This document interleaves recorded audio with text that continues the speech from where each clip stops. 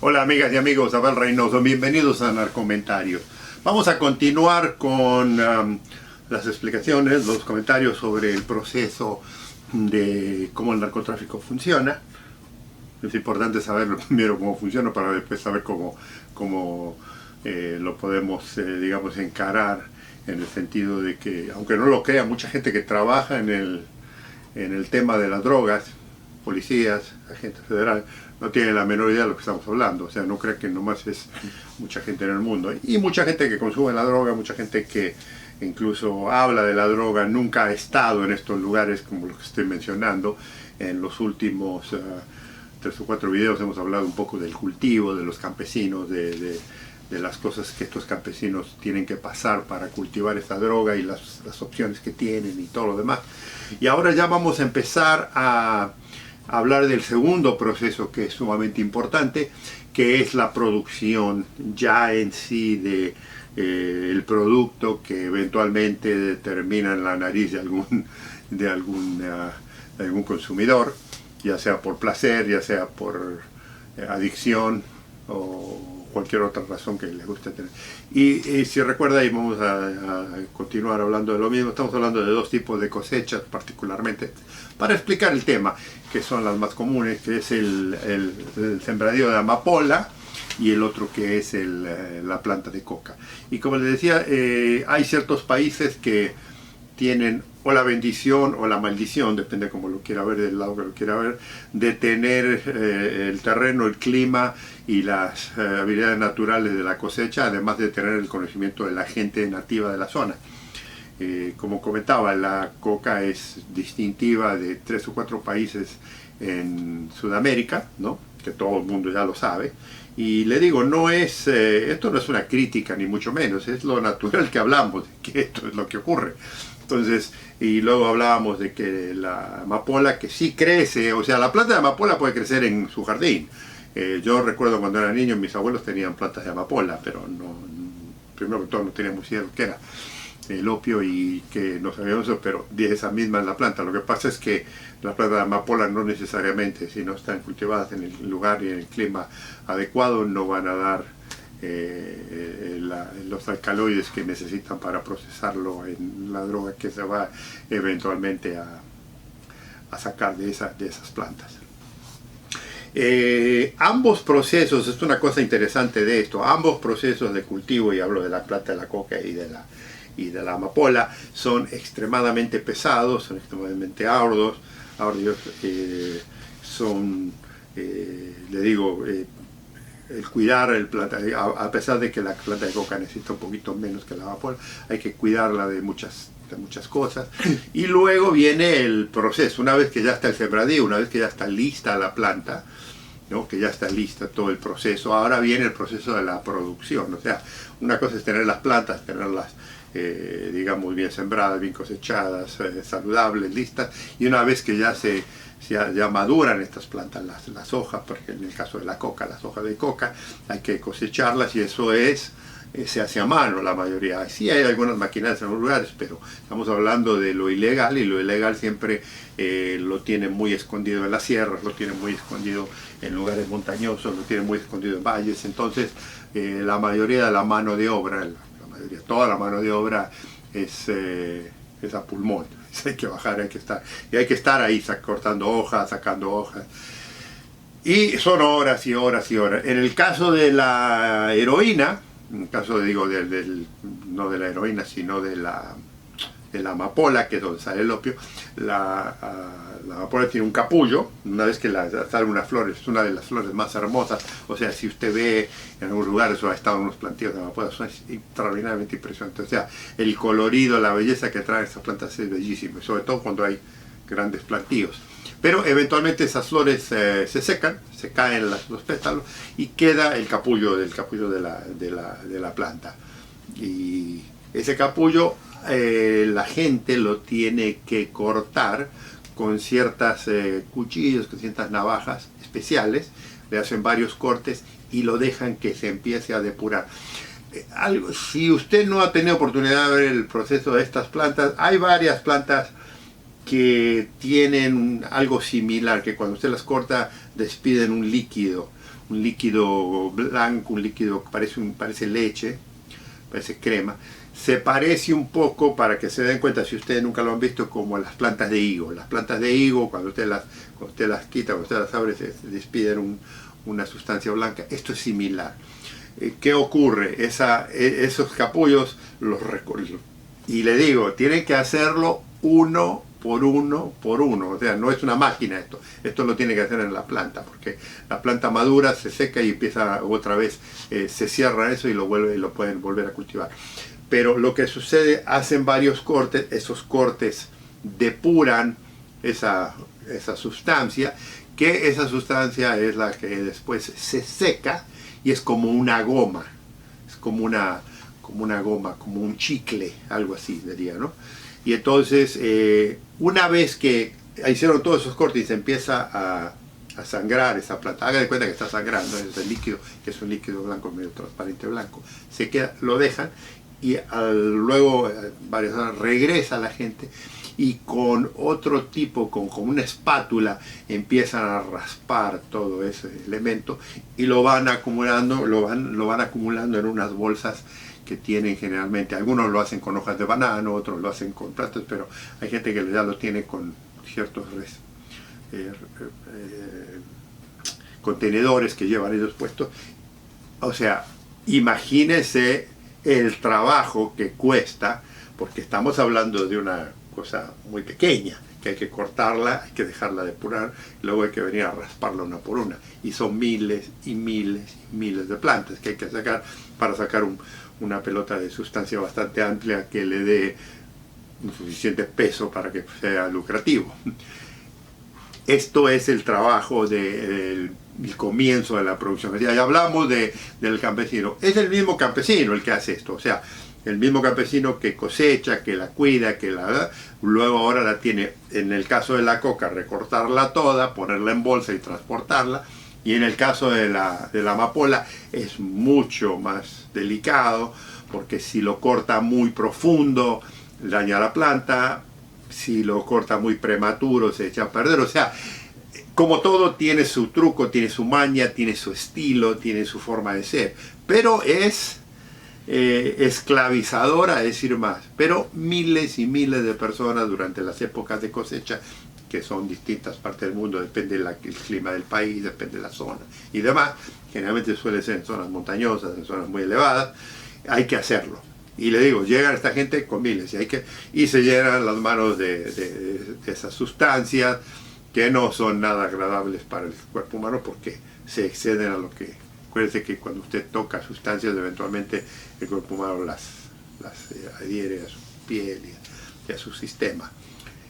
¿Qué ocurre? Estas personas que juntan esta cantidad, y tiene que tener una cantidad relativamente, la pesan ellos, de cantidad de goma que usted debe producir durante el día, luego se las compran. Y esas se las compran los que ya vienen, los que vendrían a ser, los que la van a procesar, ambas.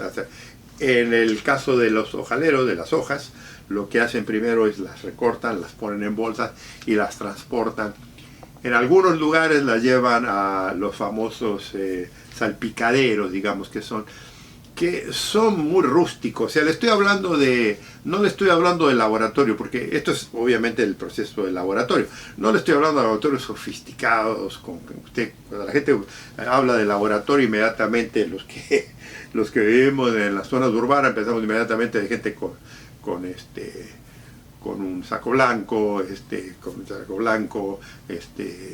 con guantes, con máscaras. No, esta gente con lo que tiene van y cortan esto y lo llevan a estos salpicaderos. Y en el caso de la hoja, tienen varios lugares distantes, vamos a decir, pueden ser 10, 15, 20 metros de ancho por 10, 15 de ancho, y generalmente los tienen protegidos, y ahí agarran y tiran toda la hoja. Y el primer proceso es, y le digo, todo esto, no me voy a profundizar en el tema, pero todo esto, si a usted le interesa, lo puede ver en YouTube, está muy repetido. Pero lo que le quiero decir es que es un trabajo muy pesado.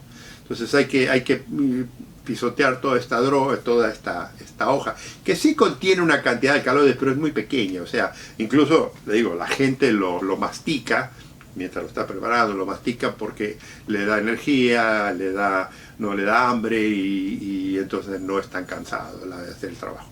Pero ese proceso, eventualmente esas hojas, que las secan, que las quitan todo, eventualmente las procesan con una serie de líquidos químicos muy rústicos, o sea, gasolina, nafta, acetona, le ponen cloro, o sea, son ciertas químicas. Ahora, imagínese que todos estos químicos que le estoy diciendo, entre la gasolina, el cloro, el ácido sulfúrico y todo eso, son productos que la persona que los mezcla, que los prepara para curar estas hojas, para transformarlas eventualmente en lo que va a ser el producto final. Primero, la hoja se procesa con queroseno, con gasolina, con un montón de productos que el ser humano los está absorbiendo, quiera o no. O sea, ellos no usan guantes, no usan nada y aspiran todo esto. Y es un olor horrible, es un olor, le digo, es olor. Y son, o sea, procesos muy rústicos. Pero eso eventualmente lo convierte en lo que vendría a ser una pasta. Como una pasta, una pasta como usted ve cuando usted hace una pasta de harina en la que va a hacer un pan, ¿no? Lo más que es un poco más oscuro. De esa pasta eventualmente la siguen procesando. Ya viene alguien que sabe un poco más de la química más sofisticada. O sea, no todo mundo sabe todo el proceso de, digamos, producir el producto final, que es la cocaína. Pero sí hay gente que aprende y lo es muy bueno. Y aquí el truco más importante es la pureza. O sea, y acuérdense que es como todo. Si la persona no sabe el proceso, si se excede en algunos químicos, en algunos líquidos, si se excede en algunos tiempos, si se excede en algún proceso, se le echa a perder. Esa es una realidad. O sea, o si no lo hace lo suficientemente como lo debe hacer, le digo, esto se pasa, esta enseñanza, esta tarea, se pasa de padre a hijo, de familia en familia, se va pasando de amistad, se aprende, porque es lo único que saben hacer esta gente. Pero, le digo, es toda una generación. Ahora, imagínense, y nunca se ha hecho ningún estudio de esto, pero imagínense cómo esta gente se expone a todos estos químicos, cómo esta gente se expone a todas estas enfermedades que eventualmente, porque el cuerpo humano no está hecho para absorber químicos, sobre todo de tan alta toxicidad, imagínense cómo terminan. Esto nunca se ha estudiado, pero obviamente tiene que afectar. Bueno, y luego viene ese proceso de la pasta y de ahí, le digo, viene ya el químico que sabe más. Y no estoy hablando de químicos también de laboratorios, con pata de laboratorio, estoy hablando de químicos tipos que saben mezclar y que saben exactamente medir las cantidades de líquido, la cantidad de proceso y la pureza. O sea, acuérdese, una de las cosas de máxima importancia en el negocio de la droga, cuando estamos hablando de la producción, específicamente de la producción, o sea, primero hablamos del planteo y luego hablamos de la producción y del procesamiento, es no solo que las hojas tienen que ser de buena calidad y estar en buena condición para hacer, sino que el procesamiento tiene todo su historial, todo su truco, toda su cosa, y el producto tiene que ser impecable porque, ¿qué ocurre? Si no es bueno, primero que todo, los narcos no lo van a comprar nunca más, esa es una. Número dos, el narco le tiene que garantizar al dealer que la vende en Miami, en Los Ángeles, en Londres, en Sydney, en Hong Kong, que este producto es de 80-90%. Y ahí, una vez que se procesa, la gente, el conocedor, porque tienen catadores, o sea, no crea que este es un proceso muy delicado, muy ordenado, no es una cosa que lo hace cualquiera y se ocurre y uno se levanta a la mañana y dice, hoy voy a hacer 1 kilo de cocaína. No, además, le digo, es un proceso lento, muy, muy lento, y para que llegue a tener una alta fuerza de alcaloides, una alta fuerza de poderío, es muy importante que tenga un buen catador y que sea bueno, porque ellos saben. Y después vienen químicos y le dicen, mire, esta cocaína tiene 90%, 95%, 90%. Mientras más alto el porcentaje, mejor se va a vender, mejor se establece el narco y compite, porque la competencia, le digo, además está la competencia de otros plantíos. O sea, estoy hablando, le estoy haciendo un ejemplo nada más, pero de estos hay miles de laboratorios en todo Sudamérica que se compiten constantemente. El producto mío es mejor, el producto mío es puro, el producto mío es blanco, porque es muy delicado. O sea, es delicado, es un proceso muy importante. Entonces todo esto influencia en la producción. Esto es en la cocaína. En la heroína el proceso es similar, pero le digo, primero hay que recortar, una vez que se caen las hojas, hay que recortar esos cabellos, ese líquido se endurece, se seca, lo sacan, es una goma, lo transportan como en una pelota, ¿no? Digamos, una pelota, un pan, ¿no? Lo meten y lo envuelven en ramas, puede ser de ramas de plátanos o cualquier otro material, o incluso ahora ya, si es muy sofisticado, lo ponen en bolsas de plástico, que lo llevan a un laboratorio. Y en el laboratorio hay un proceso en el que primero lo van limpiando, lo van purificando. El opio natural, el opio cuando sale directamente de la planta dije que es blanca, ¿no? Digo, la sustancia es blanca, pero se convierte al oxidarse por el sol y por eso se va quemando, y entonces se va poniendo oscura, se va poniendo un color café, un color oscuro, muy oscuro. Ahora, le digo, es un proceso muy delicado, porque también como en la planta de coca, si se corta la planta muy prematura no da, si se la deja mucho tiempo al sol también se echa a perder, si no se la colecciona a cierta hora. O sea, esta gente tiene horarios, esta gente tiene climas, esta gente sabe cuándo. O sea, es todo un proceso muy muy delicado, porque acuérdense que estamos trabajando con un material muy sensible que se puede echar a perder rápidamente. Una vez que una vez que se cosecha esta goma, hablando del opio, una vez que se cosecha esta goma y que se la transfiere a un laboratorio, ya en un laboratorio ya hay expertos que saben, igual que en el de la cocaína, cómo purificarla. Y es un proceso muy lento, o sea, no es un proceso de que usted le echa cloro y se hace blanca. No, hay que purificarla, hay que hacerla, porque, por ejemplo, yo les comentaba en videos anteriores que en México, por ejemplo, hay un proceso de producir heroína, pero es una heroína oscura, es una heroína sucia, es una heroína color café oscuro, con un olor tremendo a vinagre, para que se dé una idea, como no es vinagre, pero con los ácidos de vinagre. Y la pureza generalmente en ese tipo de heroína es relativa, es un 30, es un 40, es un 50%.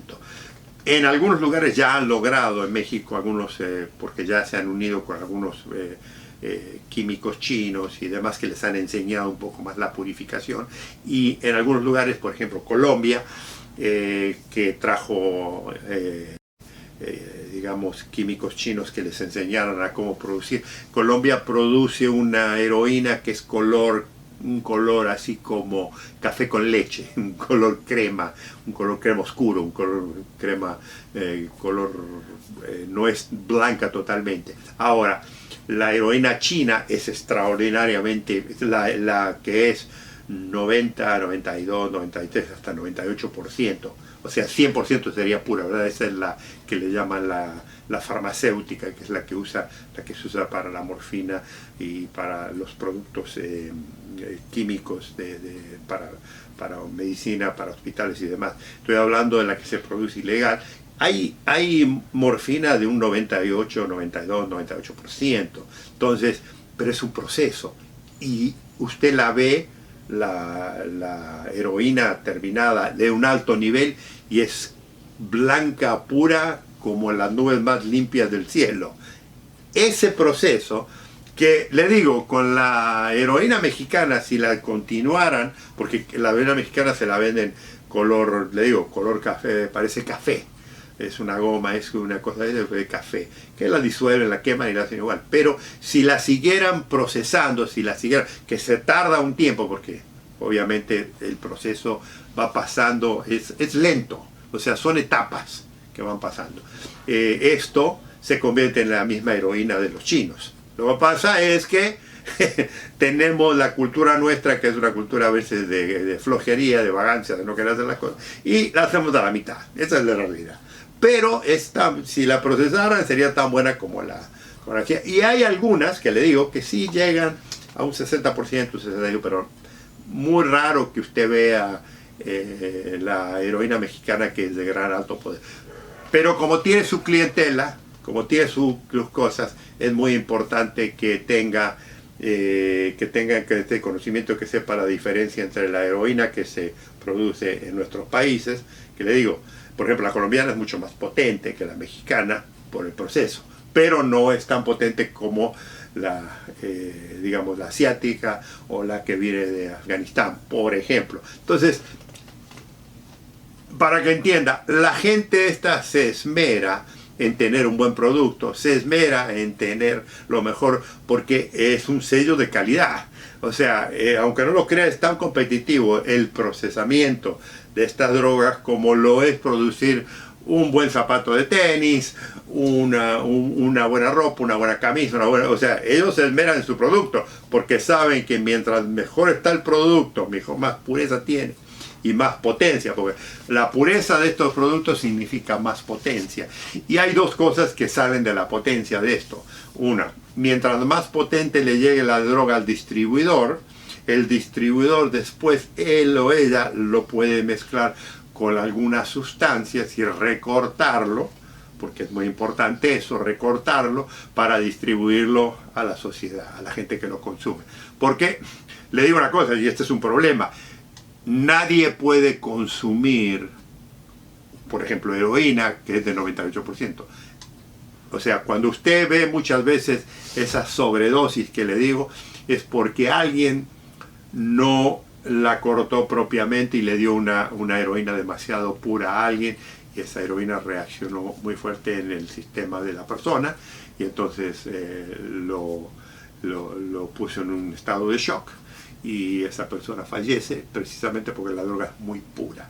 Lo mismo puede ocurrir con la cocaína. Si la cocaína es extremadamente pura, una persona puede tener un paro cardíaco. No siempre ocurre, hay unas personas que aguantan más que otras, pero cuando usted escucha de eso, fuera de que estén mezcladas con otras drogas, ¿no? Olvídese, acuérdese, si le interesa hablar de esto, ya lo he hablado yo en otros temas, pero generalmente si hay una intoxicación muy fuerte, algún shock muy fuerte al sistema humano, generalmente suele ser porque la droga es muy pura. Si la droga es muy pura, tienen estas situaciones. Claro, considere también el problema de salud que tiene la persona que la consume, si ha consumido bebidas alcohólicas, si ha consumido otras drogas, o sea, hay un montón de otras cosas que afectan. Pero considere esto, la droga no puede ser consumida tal y como sale del laboratorio. Eso es, por lo general, causa muchos problemas.